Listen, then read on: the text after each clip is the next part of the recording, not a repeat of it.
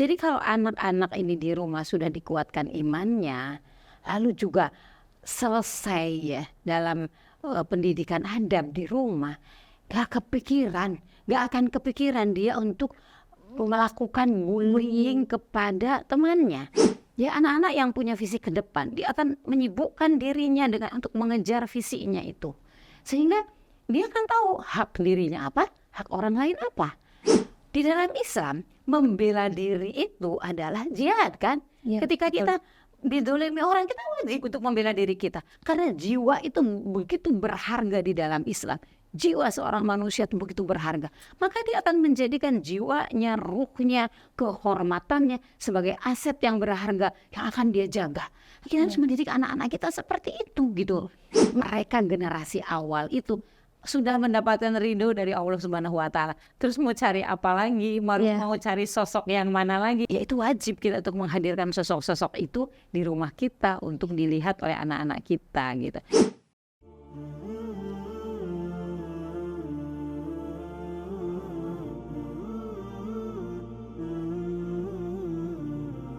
Laju sarana belajar untuk para ibu. Mendidik dengan iman, mendidik berbasis adab, mendidik dengan keteladanan, dan mendidik bervisi peradaban. Assalamualaikum sahabat semua, dimanapun berada, mudah-mudahan sahabat semua senantiasa dalam lindungan Allah Subhanahu wa Ta'ala. Berjumpa lagi dengan podcastnya Laju, belajar menjadi ibu, mendidik dengan iman, mendidik berbasis adab, mendidik dengan keteladanan, dan mendidik bervisi peradaban. Baiklah, pada podcast sebelumnya kita sudah membahas mengenai atau menanggapi mengenai isu yang sedang ramai, yaitu isu mengenai bullying. Nah, pada hari ini kita akan melanjutkan kembali pembahasan tersebut bersama saya, Uci, dan pastinya bersama juga dengan pemateri kita, Umi Yusdiana. Assalamualaikum Umi. Assalamualaikum warahmatullahi wabarakatuh. Umi, bagaimana kabarnya hari ini? Alhamdulillah baik. Alhamdulillah, Masya Allah. Nah, Umi, kalau sebelumnya di podcast sebelumnya kita sudah membahas mengenai atau menanggapi mengenai isu yang sedang ramai, Umi, di kalangan remaja tentunya ya Umi ya, itu mengenai bullying, Umi. Nah, hari ini ingin tahu sih Umi, gimana sih tips agar kita sebagai orang tua itu bisa menanamkan kepada anak agar jangan menjadi pelaku bullying, yang pertama. Yang kedua itu adalah jangan sampai anak-anak kita ini menjadi korban bullying. Dan yang ketiga itu jangan sampai pula anak-anak kita ini hanya sebagai penonton bullying itu, Umi, atau hanya menikmati tontonan bullying itu dan menikmati apa yang dia lihat begitu ya, sebagai tontonan ya. Ya, sebagai tontonan bullying itu begitu. Nah, kalau begitu kita bahas yang pertama dulu ya, Umi. Pertanyaan yang pertama mengenai tips agar anak kita itu tidak menjadi pelaku bullying. Oke, baiklah Teh Uci. Bismillahirrahmanirrahim. Assalamualaikum warahmatullahi wabarakatuh. Waalaikumsalam warahmatullahi wabarakatuh. Bismillah. Alhamdulillah wassalatu wassalamu ala rasulillah wa ala alihi wa sahbihi wa mawalah. Berjumpa lagi ya kita, alhamdulillah, melanjutkan diskusi kita tentang fenomena bullying yang sebetulnya sih memang ada ya fenomena itu, dan itu tidak hanya terjadi di Indonesia, di mana-mana memang terjadi seperti ini. Nah, tentu saja kita sebagai seorang ibu, sebagai pendidik ya, pasti kita gelisah menangkap atau melihat fenomena ini ya, karena kita tahu itu akan berdampak untuk kehidupan berikutnya ya. Oleh karena itu tentu saja kita sebagai ibu, kita sudah tahu ya, ibu itu madrasatul ula, maka tugas rumah ini memberikan benteng yang kuat kepada anak-anak kita, sehingga kita harus sudah punya kurikulum yang kuat bagaimana membentuk karakter pribadi anak kita. Nah, sebagaimana sudah kita sepakati bersama ya, kalau di Laju itu mendidik itu dengan iman, mendidik berbasis adab ya, dan mendidik bervisi peradaban ya, dengan keteladanan. Nah itu sudah, kenapa itu menjadi moto ya di Laju karena itu mendasar sekali gitu ya. Nah, ketika kita berbicara tentang pendidikan adab yang itu ada di kurikulum belajar menjadi ibu ya jadi penting, bahkan kita membuat paket khusus ya untuk classroom untuk pendidikan adab ya. Karena itu hal yang mendasar sekali gitu ya. Kan Tidak cukup hanya satu pertemuan ya Umi. tidak cukup dan itu di rumah menjadi kurikulum penting ya gitu dari sejak dini kita tanamkan tentang adab. Kan di dalam Islam itu ada adab dari A sampai Z ya gitu. Adab kepada Allah tentu, adab kepada Rasulullah tentu gitu. Tapi kan ada adab kepada orang tua, adab kepada teman, adab kepada bahkan adab kepada binatang, bahkan adab kepada tumbuh-tumbuhan, lingkungan mungkin. ya kan? Itu ada ya, di lingkungan itu kan ada tumbuhan, ada binatang gitu ya. Nah, teman. Jadi kalau anak-anak ini di rumah sudah dikuatkan imannya, lalu juga selesai ya dalam pendidikan adab di rumah, gak akan kepikiran dia untuk melakukan bullying kepada temannya.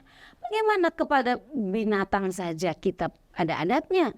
Bahkan ketika kita punya binatang peliharaan, ya mau ikan atau kucing, lalu binatang peliharaan kita itu kelaparan, kehausan, kan kita berdosa. Iya. Nah, ketika anak-anak kita punya hobi ya untuk memelihara binatang, itu sebagai orang tua kita harus ajarkan adab kepada binatang peliharaanmu, bahwa mereka punya hak. Artinya hak binatang peliharaan kita menjadi kewajiban kan bagi anak kita gitu ya. Nah, diajarkan kelembutan gitu kan. Bahkan kita tahulah dalam sejarah Islam bahwa kita sudah ditanamkan ya seorang wanita pelacur bisa masuk surga hanya karena dia punya simpati, empati kepada anjing kan, memberikan minum anjing. Nah, itu menyebabkan masuk surga. Nah, pendidikan seperti itu menjadi penting ya bagi kita. Nah, jadi ketika anak-anak kita sudah mengetahui tentang adab, tentang hak dan kewajiban, gak akan kepikiran itu membuli orang, membuli teman gitu. Karena kan kita mengajarkan kepada anak-anak kita kan menyayangi yang lebih kecil, menghormati yang lebih besar gitu. Bahkan di dalam bertutur kata saja kita ada adabnya bertutur kata gitu. Jadi nggak akan kepikiran itu seorang anak untuk membuli temannya gitu. Karena dia tahu bagaimana harus berinteraksi kepada teman yang perempuan seperti apa, yang laki-laki seperti apa. Ini ketika kurikulum adab itu selesai di rumah gitu. Dan memang kurikulum adab itu ya, pendidikan adab itu kan harus diulang sampai tertanam betul. Sehingga di rumah itu ya semua orang penghuni rumah menjadi tahu semua adab-adab yang harus disepakati dan harus dilaksanakan di dalam rumah, di luar rumah. Jadi kalau ini selesai, insya Allah gak akan ada kepikiran dia mau membuli orang, karena dia akan sibuk bagaimana untuk memenuhi hak orang lain. Bahwa saya punya adab kepada adik kelas saya punya adab kepada kakak kelas saya punya adab kepada guru saya. Itu dia akan disibukkan dengan bagaimana dia menjaga adab-adab itu gitu ya. Nah ini jadi memang pendidikan adab menjadi penting. Bahkan Profesor Naqib Alatas ya, beliau alhamdulillah masih ada, beliau tinggal di Malaysia. Beliau itu mengatakan bahwa problem terbesar hari ini adalah loss of adab. Jadi problem manusia hari ini adalah kehilangan adab gitu. Sehingga muncullah para politikus kalau tidak beradab ya kita lihatlah bagaimana yang kita tonton ya. Para pelaku ekonomi kalau dia tidak tahu adab bermuamalah pasti akan dolim ya. Bahkan kepada harta juga kita ada adab harta, di mana di dalam Islam harta itu sangat sakral gitu ya. Karena berpindahnya harta dari satu orang ke orang lain pun kan ada mekanismenya gitu. Jadi sebetulnya kalau pendidikan Islam secara komprehensif itu kita laksanakan di rumah, insya Allah ya anak-anak kita nggak akan kepikiran membuli orang gitu ya. Bahkan kan di rumah juga mungkin yang di rumahnya ada pembantu gitu ya, ada mbak, ada hondimat gitu. Dia tahu gitu bagaimana menjaga adab-adab kepada pembantu gitu ya. Insya Allah itu ya, saya yakin sekali lah gitu ya, bahwa pendidikan adab menjadi solusi bagi kita untuk mendidik anak-anak tidak menjadi generasi pembuli gitu ya. Mungkin itu ya teh untuk pertanyaan yang pertama ya.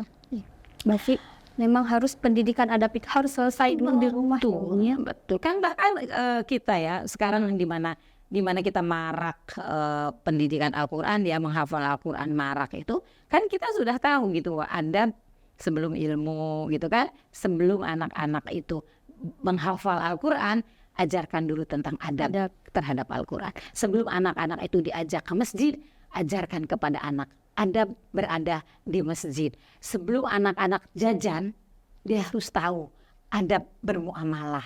Kan begitu dalam Islam itu gitu. Jadi adab sebelum ilmu, ilmu sebelum amal. Gitu. Tahapannya seperti itu gitu. Adab dulu sebelum ilmu. Ya karena ilmu itu akan menjadi barokah ketika kita menjaga adabnya. Kemudian ilmu sebelum amal. Di semua ilmu, semua perbuatan seorang muslim itu harus berlandaskan kepada ilmu. Insya Allah. Nah ini jangan jadi jargon gitu ya. Jangan sampai di keluarga-keluarga muslim hari ini yang sudah banyak mengerti ya kalimat-kalimat yang tadi, jargon-jargon yang tadi, jangan sampai itu hanya jadi jargon, tapi betul-betul itu kita tanamkan di dalam rumah kita. Gitu Teh Uci ya, insya Allah. Insya Allah. Kalau begitu kita lanjut ke pertanyaan yang kedua ya Umi ya. Bagaimana menanamkan karakter yang kuat pada anak agar tidak menjadi korban bullying? Oh, kalau tadi pelaku ya. Iya, kalau sekarang tadi bagaimana nih anak kita agar tidak jadi korban gitu ya. Nah, kembali lagi kepada Al-Ummu Madrasatul Ula, bahwa rumah itu adalah benteng. Kayaknya Umi sering mengulang-ulang deh ini ya di Laju gitu. Rumah adalah benteng yang paling kuat ya. Jangan sampai benteng itu jebol, jangan sampai benteng itu kecolongan gitu ya. Nah, maka pendidikan yang paling penting kan yang pertama kali ditanamkan kepada anak-anak kita kan tentang pendidikan iman, mengenal Allah, mengenal Rasulullah, mengenal karakter agamanya gitu ya. Tentu saja sesuai dengan tahapannya ya, tahapan usianya gitu. Pendidikan iman untuk anak usia dini, pendidikan iman untuk anak-anak yang remaja, pendidikan iman untuk dewasa gitu. Itu harus ditanamkan sehingga anak-anak itu kenal dengan Allah, kenal dengan Asmaul Husna. Bagaimana Asmaul Husna ya, sifat-sifat Allah yang 99 itu menghunjam di dalam hatinya. Allah memiliki sifat Ar-Rahman, tapi juga Allah memiliki sifat Al-Qahhar. Allah memiliki sifat Ar-Rahim, tapi Allah itu juga memiliki sifat Al-Mutakabbir gitu ya. Jadi sifat-sifat Allah harus kita fahami, dan itu harus merasuk dalam jiwa kita. Ar-Rahman, Ar-Rahim, Allah itu maha penyayang, maha kasih, maha sayang. Tapi jangan lupa Allah juga Al-Qahhar. Allah juga ketika Allah ketika Allah Subhanahu wa taala menggunakan ya sifatnya sebagai Al-Qahhar ya, yaitu yang otoriter gitu ya. Allah akan melaksanakan itu sifat-sifatnya dan hak-haknya. Ya, Allah juga Al-Mutakabbir, Allah itu Al-Jabbar gitu. Allah itu punya kekuasaan, Allah itu raja gitu. Nah ini ketika anak-anak kita ya selesai pelajaran tentang Asmaul Husna ya, tentang tauhid asma wa sifat gitu, itu menghunjam di dalam dirinya tentang bagaimana nama Allah Subhanahu wa taala, menghunjam begitu agungnya Allah Subhanahu wa taala gitu ya. Sehingga ada khauf, ada roja di dalam jiwa anak itu. Tentu itu saya sekali lagi saya katakan ini berdasarkan tahapan usia ya gitu ya. Tidak semua kita sampaikan, termasuk juga di dalam pemilihan Asmaul Husna. Dari mana dulu kita mengenalkan anak tentang asma-asma Allah itu, dari mana dulu. Itu sangat harus memperhatikan tahapan usia ya gitu. Lalu ketika anak itu memahami tadi ya, mengenal Allah, mengenal Rasulullah, sifat-sifat Rasulullah SAW, karakteristik Rasulullah SAW, bahwa definisi dari as-sunnah itu, atau kita mengikuti sunnah itu kan bukan hanya dalam ritual ya kan. Rasulullah SAW sepanjang hidupnya itu kan tidak hanya ibadah ritual yang diwariskan kepada kita, tapi bagaimana Rasulullah menghadapi masalah, bagaimana Rasulullah ketika merancang, misalnya ketika mau menghadapi peperangan, mengatur strategi, bagaimana Rasulullah berpikir, ya, bagaimana Rasulullah SAW itu ketika berpikir, proses berpikirnya Rasulullah seperti apa, itu kan kita bisa pelajari dalam pelajaran sirah gitu ya. Lalu Rasulullah SAW itu mendidik para sahabat, sehingga kesempurnaan Rasulullah SAW itu kan terbagi kepada sahabatnya, karena sehingga sahabat itu punya karakter yang berbeda-beda gitu ya. Nah, ada sosok Umar bin Khattab yang kita tahu ketegasannya, ada sosok Abu Bakar As-Siddiq yang kita tahu kebijaksanaannya, kelembutannya. Kita tahu ada Sa'ad bin Abi Waqqas ya, yang punya sejarah penaklukan penaklukan Persia gitu. Khalid bin Walid yang gagah gitu. Nah, ini kita ada sosok-sosok ya yang harus kita hadirkan di rumah kita menjadi idola anak-anak kita. Ya, itu. Nah, biasanya siapapun lah, mau anak-anak gitu, mau remaja gitu, ketika dia punya idola, dia tuh biasanya ingin seperti idolanya, gitu ya. Pakai ya, kalau misalkan sekarang ya anak-anak muda yang begitu gandrung ya dengan artis-artis Korea, kan di rumahnya aksesori itu serba Korea gitu, bahkan makanannya kan begitu, ini makanan Korea dan lain sebagainya gitu. Nah, bayangkan coba ketika kita berhasil menghadirkan sosok-sosok agung dari para sahabat ya di rumah kita, sehingga mereka kenal karakter Khalid bin Walid, mereka kenal Mus'ab bin Umair gitu ya, mereka karakter-karakter yang agung ini, dan mereka juga ingin seperti idolanya gitu kan, sehingga dia akan memiliki karakter tadi dengan landasan iman yang kuat. Dia imannya kuat, kenal dengan Allah yang maha kuat, dia mengenal Rasulullah SAW memiliki karakter yang sempurna, akhlak yang sempurna. Wa innaka la'ala khuluqin azim, ya Allah sendiri yang kemudian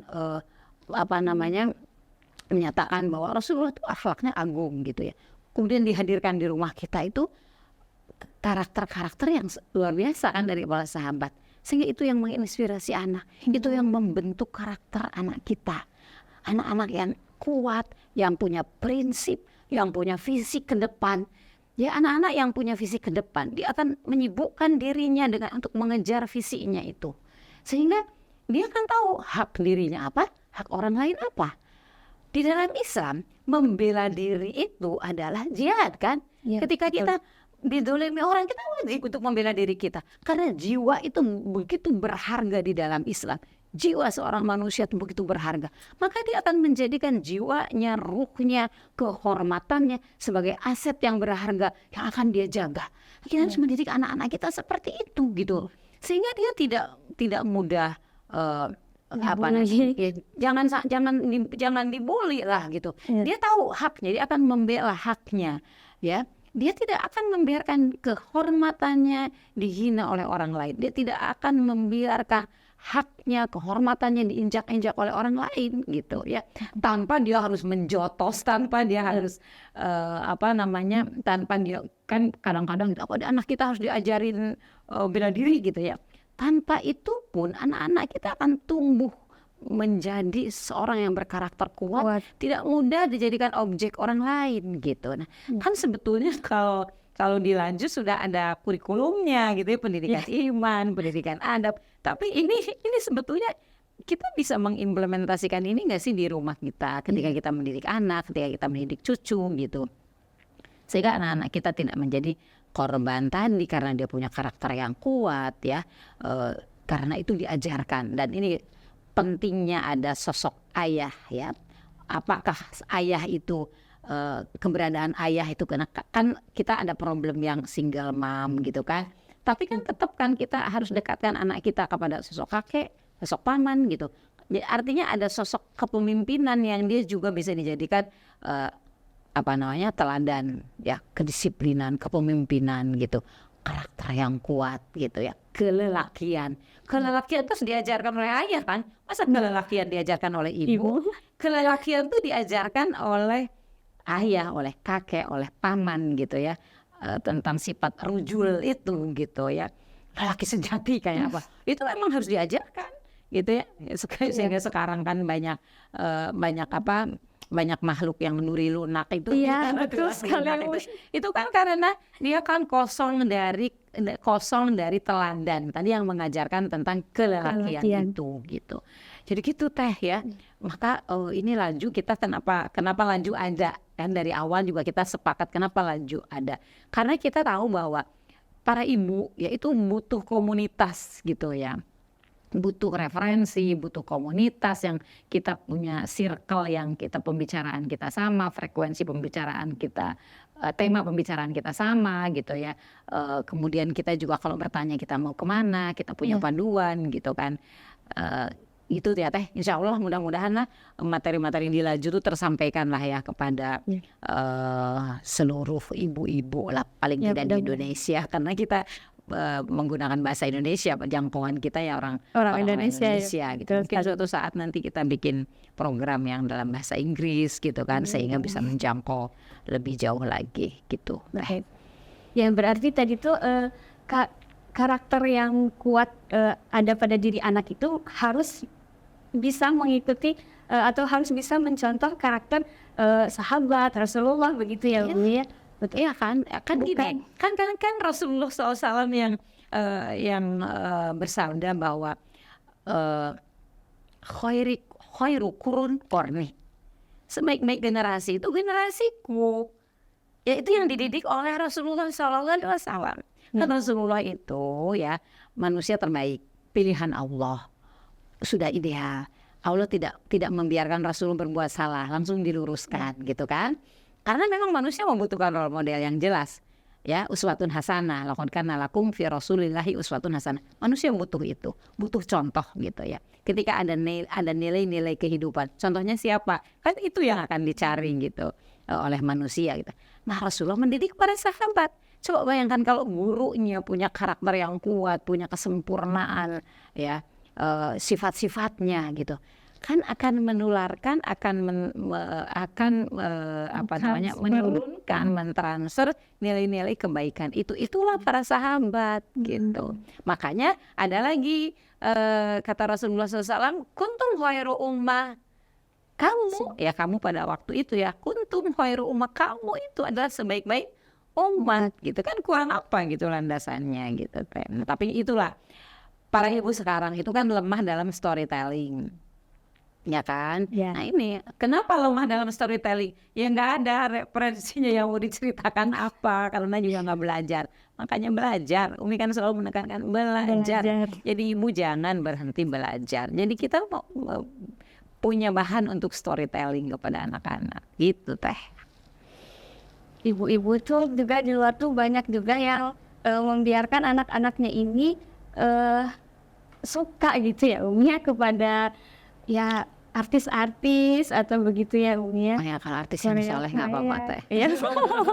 Artisnya yang soleh. Berarti ya seorang nggak ibu apa-apa gitu. juga harus bisa menanamkan pada anak ini loh karakter tuh, kita tuh harus mengikuti karakter ini gitu, Maksud gitu ya. Umi bahwa menghadirkan tokoh-tokoh sejarah yang mereka sudah mendapatkan verifikasi dari Rasulullah SAW, bahkan dari Al-Quran. Di dalam Al-Quran kan wasabiqunal awwaluna minal muhajirin wal ansar waladina taba'uhum bi ihsan radhiyallahu anhum wa radu'an. Itu kan udah diverifikasi oleh Allah Subhanahu wa taala. Mereka generasi awal itu sudah mendapatkan ridho dari Allah Subhanahu wa taala. Terus mau cari apa lagi? Mau cari sosok yang mana lagi kalau ada tokoh-tokoh yang banyak yang jumlahnya lebih dari 2.000 kan, para sahabat yang tinggal di Madinah itu gitu. Udah ada orangnya gitu yang mendapatkan ridho dari Allah Subhanahu wa taala gitu. Ya itu wajib kita untuk menghadirkan sosok-sosok itu di rumah kita untuk dilihat oleh anak-anak kita gitu. Kan sebetulnya ketika kita storytelling ya, kalau storytellingnya itu bagus, itu kan anak-anak bisa berimajinasi, bisa memvisualisasikannya lewat imajinasinya. Ketika kita bercerita tentang Khalid bin Walid dan kepandaian storytelling kita, itu anak-anak punya imajinasi tentang karakter Khalid bin Walid kan begitu. Iya. Jadi Akan tergambar ya Umi ya. betul, gitu. Jadi penting banget di kemampuan storytelling ini dari para ibu gitu. Itu Teh. Kalau gitu kita masuk ke pertanyaan yang ketiga ya Umi ya. Gimana tuh? Apa yang harus kita tanamkan kepada anak jikalau ia melihat pembulian, Umi. Karena memang banyak ya anak-anak tuh yang ketika ada pembulian dia tuh cuma jadi penonton, nggak gitu ya. tahu mau Iya, nggak ngapain, tahu ngapain gitu. atau dia mungkin menikmati itu gitu. Karena tadi bahwa nilai-nilai yang ditanamkan di rumah belum selesai. Jadi kan dia tidak punya karakter. Dia harus ngapain kan tidak tahu. Oh, Tapi iya, coba kalau akhlak, jadi akhlak tentang tanggung jawab. Kita suka menganggap akhlak itu kan hanya kejujuran gitu. Tapi tanggung jawab itu penanaman tanggung jawab sebagai akhlak dasar kepada anak gitu ya. Sehingga anak itu punya tanggung jawab yang kuat, kepemimpinan yang kuat gitu ya. Maka seorang pemimpin kan tidak akan membiarkan ada kedoliman, ada kemungkaran di depan matanya. Kan kita sudah ajarkan gitu dari rumah tentang amar ma'ruf nahi mungkar sesuai dengan kemampuan masing-masing gitu. Jadi nggak akan bisa, paling tidak kalau dia tidak bisa melerai dia melapor ke guru kalau itu terjadi di sekolah. Dia melapor ke kakak kelas kalau itu terjadi di sekolah. Pasti dia akan berbuat sesuatu.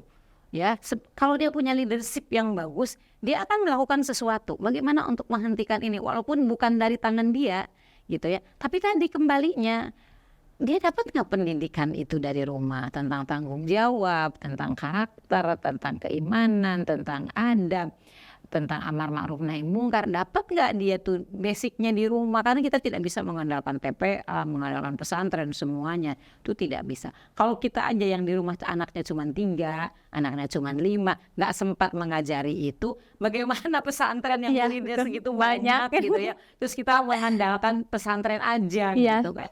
Nggak bisa juga gitu. Itu memang al-ummu madrasatun ula itu betul, itu harus tertanam di dalam hati kita. Maka kalau ummu itu madrasah, terus madrasahnya nggak menambah ilmu, ya terus gimana anak-anak mau menggali apa gitu dari madrasah itu gitu teh ya. Jadi sebetulnya kalau dari sisi kurikulum pendidikan Islam itu sudah lengkap, sudah komprehensif, dan itu diajarkan oleh Rasulullah SAW, bahkan oleh para ulama ya, tentang pendidikan iman, pendidikan adab kan begitu. Kalau kita lihat buku-buku tentang pendidikan Islam, Tarbiyatul Aulad, kan yang pertama itu yang ditanamkan pendidikan iman, pendidikan adab gitu kan. Semua sudah lengkap. Tapi masalahnya kan kita mau nggak tuh belajar tentang tarbiyatul aulad fil Islam ya. Di dalam Islam tuh tarbiyatul aulad harusnya seperti apa? Sudah lengkap kan gitu. Tanpa kita harus comot sana sini tuh di dalam Islam kalau mau belajar beneran mah udah lengkap banget teh. Pendidikan psikologinya semua sudah lengkap. Cuman kan keterbatasan kita mendapatkan buku-buku itu, juga semangat membacanya, nggak mau belajarnya. Jadi kayaknya kita menganggap dalam Islam tuh nggak ada pelajaran itu, sehingga kita harus comot-comot keluar gitu. Masih bingung mencari-cari ya, padahal sudah ada. Iya, sudah ada di dalam Islam itu. Buku-buku psikologi dalam Islam tuh banyak kok.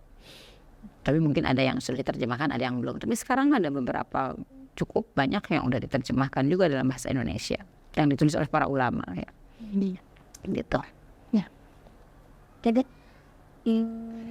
ya itu ya sahabat semua.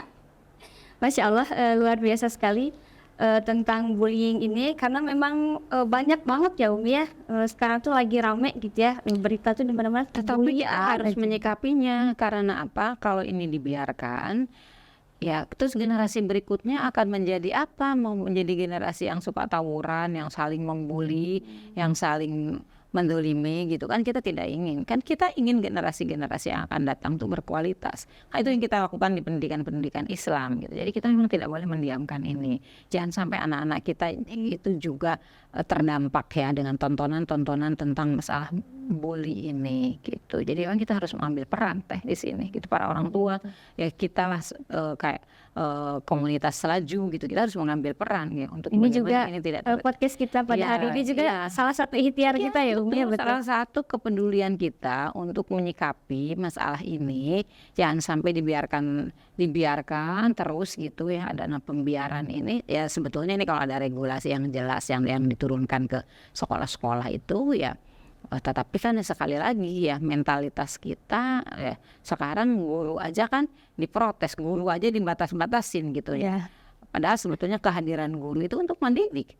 Buat apa sekolah kalau nggak mau dididik?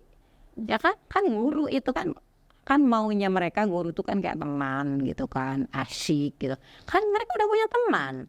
Mereka udah punya teman. Fungsinya guru itu untuk mendidik, untuk memberikan contoh, untuk mengajari gitu.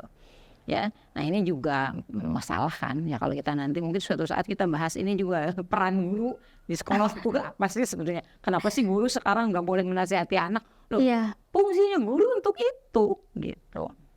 Kalau guru nggak boleh menasihati anak tuh cuma mau belajar matematika, mau belajar berinteraksi dengan makhluk hidup doang gitu, tanpa kita berinteraksi dengan gurunya, ada guru tidak diperhatikan, aduh mau jadi apa negeri kita ini gitu kalau orang-orangnya nanti, kalau dunia pendidikan ini tidak terus diperbaiki oleh kita semuanya. Baiklah sahabat Laju, demikianlah podcast kita pada hari ini. Mudah-mudahan perbincangan kita pada hari ini bermanfaat ya Umi, dan bisa diaplikasikan oleh para ibu semua di rumah begitu ya. Sampai berjumpa lagi pada podcast selanjutnya. Saya tutup. Assalamualaikum warahmatullahi wabarakatuh. Waalaikumsalam warahmatullahi wabarakatuh.